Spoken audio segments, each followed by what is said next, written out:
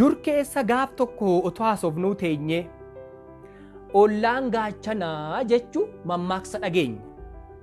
Achi gaachanummaa ollaa amannee fudhanne gaachana keenya durii gadi baafnee ganne. Firooma ollaa keenyaa hundatti odeeffanne muka eeboo keenyaa qoraan bobeeffanne.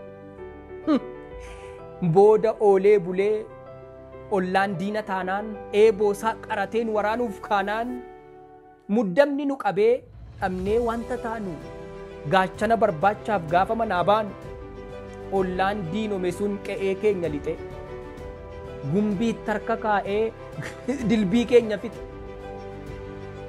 hicciitii nu orfe gola keessa fiigee qabee ciicoo banee aannan keenya dhuge.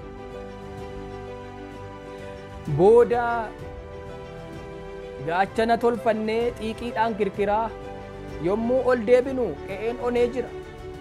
Wanti ijaaraa baane hundumtuu diigamee daangaan lafa keenya iddoodhaa dhiibamee yoom ga'ee dhiise ree kan saamichaa qofti ijoollonni keenya yoo afaan biraa softi. Yeruma gabaabduutti dubbiin bukoo taatee qe'een abbaa keenyaa kan ormaa fakkaata.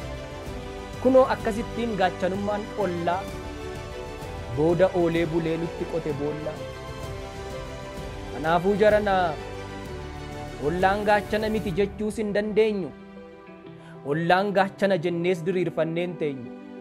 Ollaan gaachana kan jedhu mammaaksicha manaa gaachana keenya durii baafneen gannu manaa gaafa gaachana qabnu ollaanis gaachana.